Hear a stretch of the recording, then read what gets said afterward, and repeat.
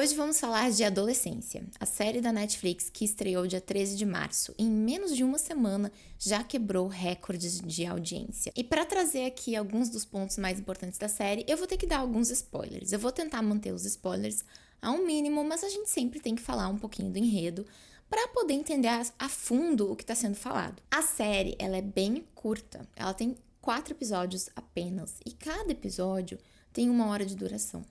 Então, em 4 horas você assiste a série toda, dá pra assistir num sábado, tranquilamente. E essa forma mais enxuta fez com que eles se concentrassem nos pontos realmente mais importantes do roteiro. Eles até deixam algumas perguntas em aberto em relação ao que se passa na série, mas eu acho que isso só torna tudo mais interessante, porque o ponto principal, ou os pontos principais, eles realmente são abordados. E deixar a audiência com algumas perguntas em aberto também é um fator que gera mais intriga e gera até mais interesse das pessoas depois discutirem teorias e o que pode ter acontecido, o que não pode ter acontecido. E nesses 4 episódios, a gente percebe a influência de um dos criadores da série, o Jack Thorne, que é um dramaturgo, e ele é muito conhecido pelas suas peças de teatro, principalmente Harry Potter e a Criança Amaldiçoada. Então a gente percebe como a adolescência, em muitos momentos, parece mesmo uma peça de teatro, parece que você está assistindo a um teatro, e isso é bastante interessante, porque não é uma coisa que a gente assiste todos os dias. E, inclusive, um ponto que a gente não pode deixar de destacar na série são os planos sequência. O plano sequência no cinema e na televisão é aquele plano que a câmera continua rodando sem cortes. Então, a gente geralmente vê plano sequência de 5 minutos, às vezes 10 minutos, quando a produção é um pouco mais ousada. Mas, em adolescência, os episódios são todos em plano sequência, 1 hora inteira de plano sequência sem cortes. Isso é muito impressionante do ponto de vista técnico. Para você executar algo assim dentro de uma produção é algo muito difícil. E o fato deles terem conseguido com essa qualidade toda é muito admirável nessa produção de adolescência. Eu já vejo a série ganhando diversos prêmios. A próxima temporada de premiações, próximos Globos de Ouro, com certeza vão nomear a adolescência para alguns prêmios aí, tanto de roteiro quanto de atuação, direção possivelmente também. E eu acho muito intencional essa ideia de usar o plano sequência em adolescência, porque a gente, hoje em dia, nós somos uma audiência acostumada a assistir vídeos curtos, com cortes rápidos. Mesmo no Instagram, às vezes você está assistindo um vídeo de 30 segundos que tem vários cortes, e se aquilo não te pega logo no começo, você já está passando. E a adolescência vai mostrando as cenas conforme elas estão acontecendo em tempo real. E às vezes você fica se sentindo até meio agoniado de não ter aquele corte, de não ter aquele respiro. E eu acho que isso é muito intencional, porque, na minha opinião, foi feito justamente para você estranhar o que está acontecendo na tela. O assunto já gera um incômodo. E aí a forma como é mostrado o assunto gera mais incômodo ainda. Então eu achei muito genial essa escolha da direção, essa escolha que eles tiveram de fazer o plano sequência. Por exemplo, quando eles prendem o menino Jamie e ele é colocado no carro da polícia e você acompanha o carro da polícia saindo da casa dele, chegando até a delegacia em tempo real, e aquilo gera vai te dando uma angústia, vai te dando um desconforto tão grande, você já quer que eles cheguem logo na delegacia, sabe, né? E é justamente para dar aquele desconforto de você ver um garoto de 13 anos indo preso. Mas então, já que eu entrei no assunto, vamos ao enredo, né? O enredo de adolescência trata de um garoto de 13 anos, o Jamie, que é preso, acusado de assassinar uma colega, a Katie. Né? Ele é acusado de assassinar essa menina a facadas. Então é um crime muito sério. E aí a gente vai reparando algumas coisas. A gente repara quando a polícia entra na casa dele, primeira pessoa que ele chama é o pai. E essa ligação do Jamie com o pai dele é uma ligação muito forte, muito emblemática na série. Ele sempre chama pelo pai quando ele vai preso, passado para ele que ele precisa de uma pessoa maior de idade para acompanhá-lo. E essa pessoa pode ser alguém da família ou pode ser uma pessoa do serviço social do governo, se ele quiser, se ele não quiser que seja um dos pais. E ele escolhe o pai dele. E ele tem essa ideia de que o pai dele vai resolver para ele. O pai dele vai ser o cara que vai resolver os problemas dele, fazer aquele problema ir embora. É a pessoa em quem ele confia, uma pessoa que ele admira muito. E ele insiste pro pai dele desde o começo que ele é inocente. Só que a gente já descobre no primeiro episódio que ele não é inocente. Existe uma filmagem de uma câmera de segurança que pegou o momento em que ele realmente atacou a Katie. a partir daí, ele continua negando que ele é culpado. Ele continua afirmando que ele é inocente e negando o que ele fez. E isso mostra um pouco, acho que, da desconexão dele com a realidade. Eu acho que aquele momento que ele atacou a colega, ele se desconectou um pouco da realidade. Mas ele é um garoto que já é desconectado da realidade, já em outros aspectos e por outros motivos. E aí, aos poucos, a série vai revelando que o Jamie sofria bullying na escola. Ele era chamado de incel, que é uma sigla em inglês que significa celibatário involuntário. E aí você fica pensando como é que um garoto de 13 anos pode ser um celibatário involuntário e por que um garoto de 13 anos vai estar se preocupando com isso, né? É uma preocupação que a gente não considera, que não tem a ver com a idade, não que a gente não espera que tenha a ver com a idade. E aí a gente vai aprendendo como a internet, as redes sociais fazem parte do mundo desses adolescentes. A gente aprende que o Jamie, ele era um garoto que ficava até de madrugada no computador, assistindo sei lá o que, consumindo tipo conteúdos que os pais dele nem imaginavam. E aí a gente aprende, né, que aqueles alunos daquela escola que ele frequenta falam muito sobre Red Pill, falam muito sobre, né, teorias da manosfera, como é que fala? Manosfera?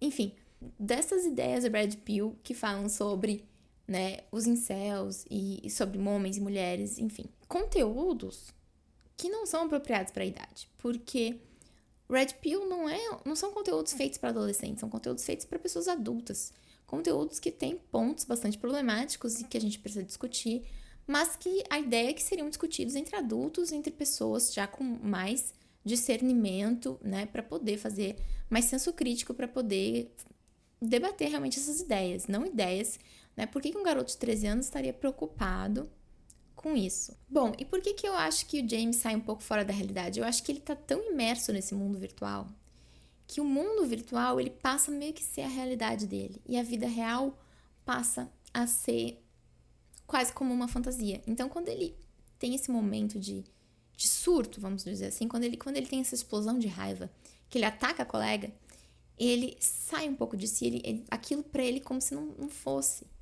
realidade. Ele se desconecta da realidade, porque ele tá tão conectado no mundo virtual que ele tá desconectado da realidade. E aí essa desconexão também aparece na forma como ele diz que ele é inocente, que ele fica insistindo que é inocente. Até quando a psicóloga vai entrevistá-lo, né, ele fala assim, o psicólogo anterior queria que eu pensasse sobre o que eu fiz. E aí ele para e fala, não, como assim o que eu fiz? Eu não fiz nada. Então, ele tem mesmo essa convicção de que ele não fez nada, porque ele está desconectado da realidade. Inclusive, uma das críticas que eu vejo feitas à série é a seguinte. Um dos criadores da série, o Stephen Graham, que interpreta também o pai do Jamie, ele disse que criou a série inspirado em alguns eventos reais que ele viu no noticiário de meninos de 17 anos matando mulheres e até crianças a facadas. E aí ele foi atrás, pesquisou e fez... né, criou essa série de ficção para tratar desse assunto de por que meninos jovens estariam, né, tendo esses episódios de atacar pessoas inocentes, né, a facadas. E aí as pessoas criticaram falando que, nossa, nos eventos reais, esses meninos têm 17 anos, eles são muito mais velhos que o Jamie, de 13. Ah, nós não temos nenhuma notícia de um menino de 13 anos fazendo algo assim. Mas eu acho que a intenção de mostrar um menino de 13 anos fazendo algo assim é de mostrar como os conteúdos na internet estão disponíveis para crianças de todas as idades. Inclusive, a gente vê, né, notícias e relatos de crianças de 13, 14 anos recebendo conteúdos sexuais, conteúdos de violência extrema nos seus telefones. E como o próprio Jamie fala no seriado, ele fala assim, todo mundo assiste pornografia, tipo... grandes coisas, sabe? Então, assim, a gente vê que existe uma disponibilidade muito grande desses conteúdos e que não existe diálogo das crianças com os pais não estão nem sabendo. Os próprios pais do Jamie falam que, poxa, a gente achava que ele estava seguro, porque ele estava dentro de casa, no computador, não estava por aí aprontando, ele não estava fazendo nada. Mas os pais não sabem o que ele estava assistindo no computador e não sabem o que ele pensa sobre o conteúdo que ele está assistindo no computador. Os pais com certeza não sabem que ele se preocupa em ser um incel ou em ser chamado de incel aos 13 anos de idade. Então, esses são os pontos, os problemas que a série levanta e que valem, sim, a pena ser questionados. E outro ponto de discussão é a influência das redes sociais, que fica muito claro como esses jovens usam as redes sociais para se comunicarem e até para fazerem bullying uns com os outros. Existem movimentos muito grandes em vários países de retirar crianças de redes sociais. A Austrália, inclusive, proibiu o uso de redes sociais para menores de 16 anos.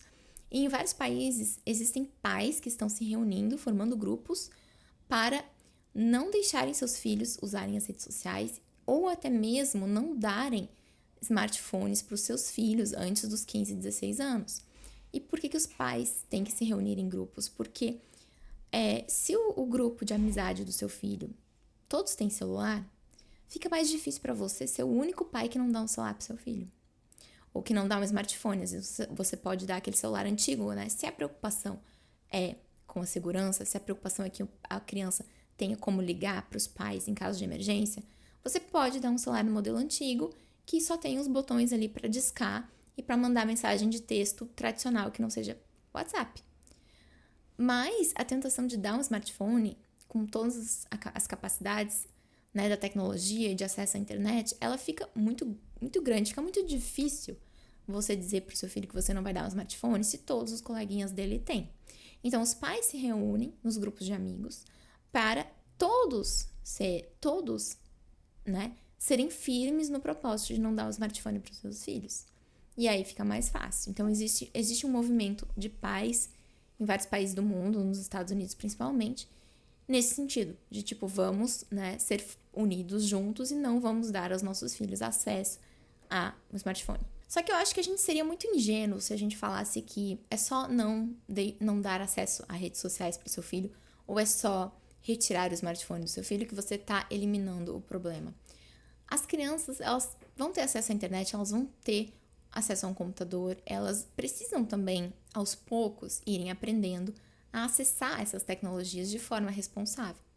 Então, tão importante quanto você restringir o uso do smartphone por parte do seu filho, é você criar um ambiente de diálogo em que ele possa te contar o que ele vê nesse smartphone, que ele possa, mesmo que ele não tenha um smartphone, mas o coleguinha tenha, que você tenha um ambiente de diálogo, que ele possa chegar para você e falar: pai, mãe, nossa, você não vai acreditar no que eu vi no smartphone do Joãozinho e da Mariazinha.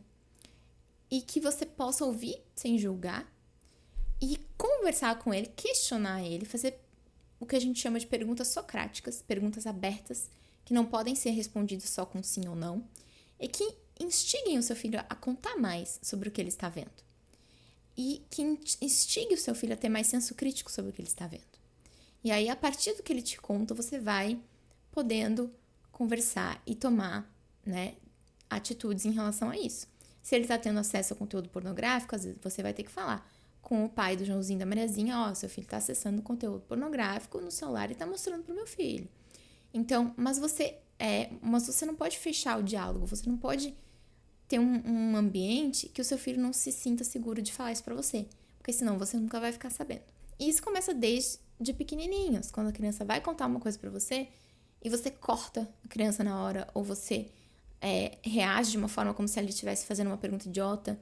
Então, não faça isso. Acolha o que seu filho está dizendo. Escute, pondere. Em vez de reagir imediatamente, ficar bravo, gritar ou fazer qualquer coisa do tipo, escuta, faça mais perguntas, procure entender mais, sem julgamentos, e depois comece a apresentar para ele um outro lado, um outro senso crítico de por que aquilo pode não ser bom. Mas evitando aquele enfrentamento direto que faz com que a criança, principalmente o adolescente, se feche e nunca mais venha confiar em você.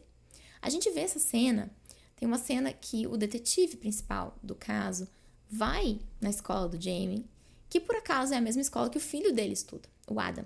Então, o Adam tenta conversar com ele e contar como é que funciona a questão dos emojis, como é que os adolescentes se comunicam na internet. E no começo, o detetive, ele não para ouvir. Ele já vai cortando e ele já vai chegando a conclusões, e o Adam fica frustrado, quase desiste de contar pra ele. E aí depois ele fala: não, para, meu filho, mas me explica melhor isso. E aí o menino explica e ele escuta. E ele dá valor àquela informação. E ele dá atenção pro filho dele. E na saída da escola, ele chama o filho dele e o filho dele já fala assim, não, eu não quero uma carona, obrigada, eu vou de ônibus, já querendo dispensar o pai. Mas o pai fala, não, eu não vou te oferecer uma carona, eu tô com fome, quem sabe vamos comer alguma coisa, não quer comer comigo? Eu tenho tempo livre, eu quero passar o meu tempo livre com você. E aí eles entram no carro, começam a conversar, o pai dele vai fazendo perguntas, eles vão brincando um com o outro e vai mostrando um pouco dessa conexão, de qual é a diferença que faz você chegar pro seu filho e falar, olha, meu filho, o que você tem pra me falar é importante. Eu tenho tempo livre, eu quero passar esse tempo livre com você. Isso faz toda a diferença. E em contraste, nós temos o relacionamento do Jamie com o pai dele. Como eu já falei, o Jamie confia muito no pai e vê o pai como essa pessoa que vai resolver os problemas. Essa pessoa que vai consertar o que está errado. E aí a gente aprende que o pai dele também tem alguns traumas do passado em relação ao pai, no caso, o avô do Jamie. E ele disse que o meu pai me batia muito. E eu acreditava que, não batendo nos meus filhos, eu estava sendo um bom pai. E ele meio que percebe que isso não é suficiente. Apesar de ser muito bom que ele não esteja reproduzindo essa violência nos filhos dele, só não bater não é suficiente, não está sendo suficiente. Ele precisa também escutar, acolher, estar presente para o Jamie. E a gente percebe no Jamie como ele ecoa muitos comportamentos do pai dele. Essas explosões de raiva que ele tem, a gente depois vê no pai dele. E por mais que o pai dele nunca tenha batido nele, o pai dele passou esse exemplo dessas explosões de raiva que ele tem pro Jamie. E o Jamie mesmo fala, teve uma vez que meu pai ficou realmente irritado e ele quebrou o galpão de cá, lá de casa. Ele nunca bateu na minha mãe, mas ele quebrou o galpão. Aquele famoso, né? Poxa, o cara nunca bateu na mulher, mas ele pegou um prato e jogou na parede. Que é uma violência também, é algo que assusta a pessoa. E é uma demonstração da falta de capacidade dele de lidar com a sua raiva. Que é algo que não dá pra culpar essa pessoa por isso, porque no passado esse foi o exemplo que ela teve também. E isso é o que a gente vai falando da transmissão transgeracional da violência. O pai do Jamie apanhava do pai dele. E aí ele não aprendeu a regular a sua raiva, não teve um bom exemplo. Ele aprendeu a não bater no filho, que já foi uma grande lição. Mas ele tem esse comportamento explosivo que a gente vê na série. E o Jamie aprendeu isso com o pai também. Então tem a questão da internet, mas também tem a questão da relação dele com o pai e da influência do pai dele na vida dele. Então, em adolescência, a gente vê toda essa série de questões. A gente vê essa questão da presença paterna e do relacionamento dos pais com os filhos, principalmente do pai, mas também da mãe. A gente vê a questão das crianças tendo acesso ilimitado e restrito a todo tipo de conteúdo na internet. A questão do bullying. A gente vê como, na escola, as crianças fazem bullying uma com as outras, na frente dos professores, usam o celular o tempo inteiro. E os professores pedem para elas pararem, mas às vezes pedem assim, para com isso, tipo, não ligando muito, não dando a devida importância. Ou mesmo quando eles dão mais ênfase, eles não têm autoridade. A gente percebe que as crianças não respeitam esses professores, não dão autoridade a esses professores. Então, é uma situação muito complexa. E a gente sabe que para os pais isso fica muito difícil, porque os pais ficam com essa ideia de que qualquer coisa que eles fazem pode dar errado. Mas, na verdade, eu acho que é um exemplo muito poderoso de como você pode buscar ferramentas que deem certo. Como você pode buscar ajuda, como você pode buscar aprender a lidar com as suas próprias emoções e a lidar com o seu filho de uma forma que seja mais construtiva. E claro que os pais cometem erros, não existe pai e mãe perfeito, mas a gente aprender, tentar procurar fazer o melhor e tentar, como eu digo, construir esse diálogo aberto e também saber lidar com as emoções, saber lidar com essas questões mais sensíveis também e ter essa capacidade também de pedir desculpas e de mostrar para os filhos que você não tem que ter esse exterior rígido e a aparência de perfeição, mas que você também pode errar e se desculpar e demonstrar que você é humano. Mas então é isso. Se você assistiu Adolescência, deixa aqui nos comentários a sua opinião. Se você tem um filho adolescente também, deixa aqui sua opinião pra gente ou a sua pergunta e a gente se vê no próximo.